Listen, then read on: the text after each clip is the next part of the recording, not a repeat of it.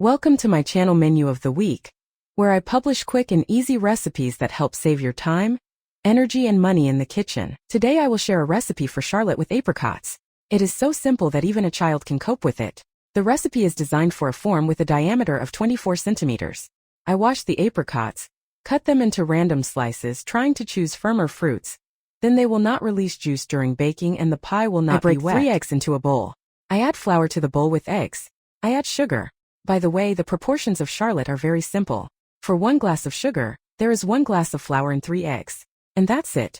No baking powder, no soda. Simple but delicious dough. I lightly mix the ingredients with a spoon, then beat with a mixer until the mixture turns slightly white and increases in volume.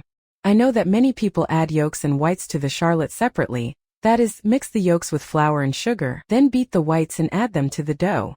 Yes, you can do it this way, but the result will be the same. It's a charlotte, a quick pie. Why complicate things? Just mix everything in a bowl and beat with a mixer.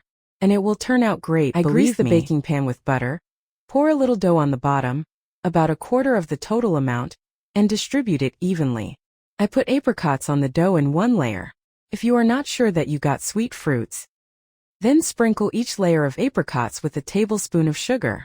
I pour a little more dough on top of the apricots, another 1/4, and again distribute it more or less evenly over the fruit. I put in the second layer of apricots and cover it with the remaining dough. I put the pie in the oven, preheated to 200 degrees, for 35 to 40 minutes.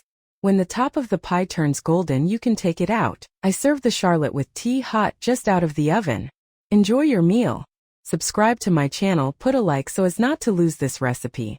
The videos that I publish on my channel will help you save time, effort, and money in the kitchen. This was Daria Chernenko. Good luck.